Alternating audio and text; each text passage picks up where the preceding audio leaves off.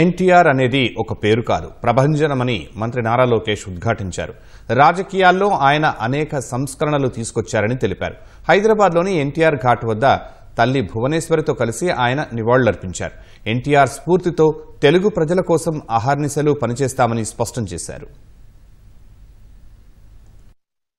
ఎన్టీఆర్ అనేది కేవలం 3 అక్షరాలు కాదు, ఒక ప్రభంజనం. అటు సినిమా రంగంలో కానివ్వండి, రాజకీయాల్లో కానివ్వండి, ఆయన నంబర్ 1గా నిలిచిన వ్యక్తి. సినిమాలో మనం ఒకసారి చూస్తే, ఆయన చరిత్రగానే ఒకసారి చూస్తే అన్ని రకాల సినిమాలు ఆయన చేశారు. ఒక మార్క్ అనేది నిలబెట్టారు.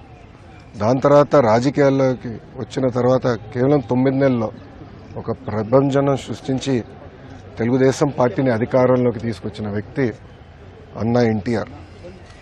ముఖ్యమంత్రి అయిన తర్వాత కూడా రిలాక్స్ అవ్వకుండా ₹2 కిలో బియ్యం కానివ్వండి, పటేల్ పట్వారీ వ్యవస్థ రద్దు చేస్తాం కానివ్వండి, మహిళలకి ఆస్తుల్లో సమాన హక్కు కల్పిస్తాం కానివ్వండి, ఇట్లా అనేక సంస్కరణలు తీసుకొచ్చారు అన్నా ఎన్టీఆర్.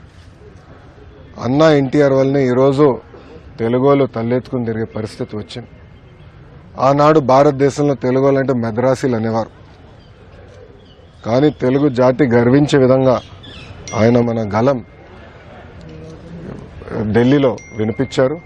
ఆనాడు ఆయన బర్తరఫ్ చేస్తే కేంద్ర ప్రభుత్వంతో పోరాడి మళ్లీ పార్టీ అధికారంలో నిలబెట్టుకున్న వ్యక్తి అన్నా ఎన్టీఆర్.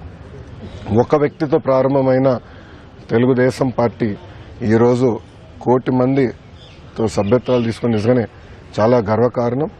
ఏ ఆశయాలతో అయితే అన్నా ఎన్టీఆర్ తెలుగుదేశం పార్టీని స్థాపించారో మేమందరం కలిసికట్టుగా తెలుగు వాళ్ళు ఎక్కడున్నా వాళ్ళకి అండగా నిలబడడానికి, తెలుగు జాతి ఎక్కడున్నా వాళ్ళ అగ్రస్థానంలో ఉండాలనే లక్ష్యంతో మేమందరం అహర్నిశలు పనిచేస్తాం.